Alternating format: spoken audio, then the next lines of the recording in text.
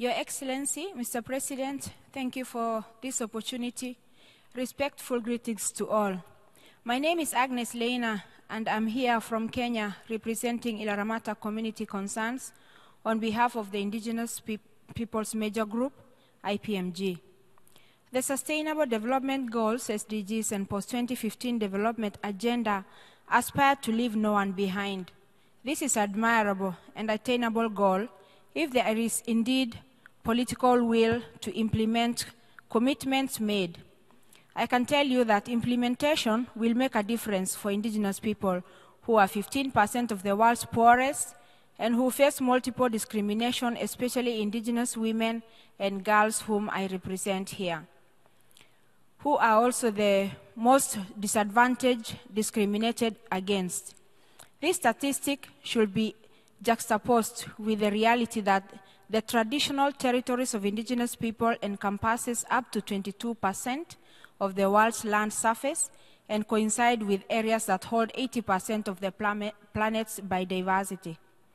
Mr. President and co-chairs, Rio Plus 20 and the World Conference on Indigenous Peoples both call for the participation of indigenous peoples in the post-2015 development agenda. With this in mind, the IPMG appreciates the work of the Open Working Group on Sustainable Development Goals. However, we take note that of the 169 targets currently under discussion, only 2 specifically reference indigenous peoples. We need to learn from the gaps of the Millennium Development Goals so as to avoid making promises that cannot be fulfilled. The SDGs should promote universality as well as the visibility, diversity, and the rights of indigenous peoples.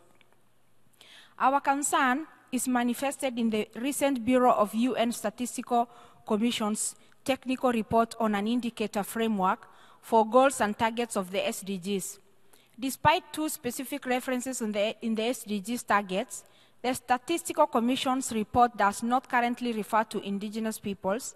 The report embraces the use of the terms vulnerable and marginalized groups without clearly identifying who these groups are or acknowledging that these terms fails to recognize the distinct cultural identities and political status of indigenous peoples who are right holders and agents of change.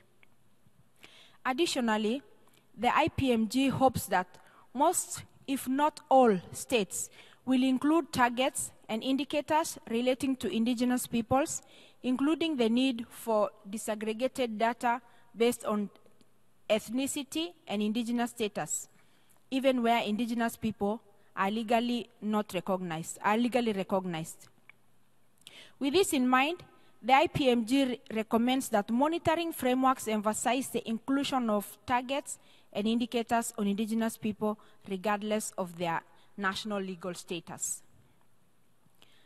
As the UN Statistical Commission seeks to take into account a range of conceptual indicator frameworks, IPMG acknowledges proposals calling for an integrated monitoring framework with multi-level review processes and indicators. However, IPMG strongly recommends that any monitoring framework commit to the full and effective participation of indigenous people in further developing the 2 targets and indicators to ensure inclusiveness and to address our specific circumstances and conditions.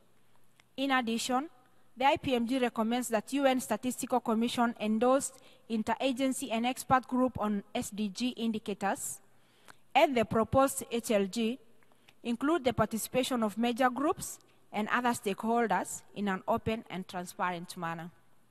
In closing, the IPMG welcomes the inclusion of ethnicity and indigenous status in the data disaggregation as part of key principles of setting SDG indicators.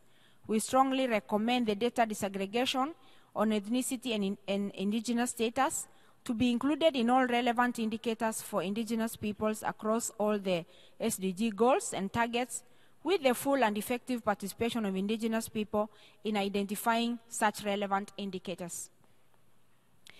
To this end, IPMG has prepared a policy brief containing our specific proposals for targets and indicators in line with the commitments of states in relation to Rio+20, the World Conference on Indigenous Peoples, and the UN Declaration on the Rights of Indigenous Peoples. A link to this policy brief will be included with this statement. Finally, to truly leave no one behind, Indigenous people need to be full partners and active participants in developing this new agenda.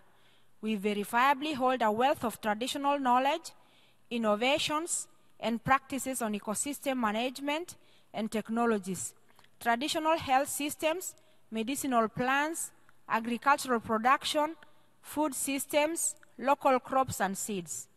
While these realities are increasingly recognized among mainstream sectors, Indigenous people seldom share the benefit of the commercialization of their knowledge and skills. Indigenous people, including Indigenous women, have a proven track record of responsible management of natural resources in forests, deserts, tundra, and small islands.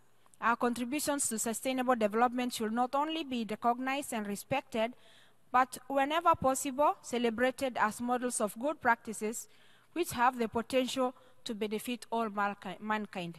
And I thank you.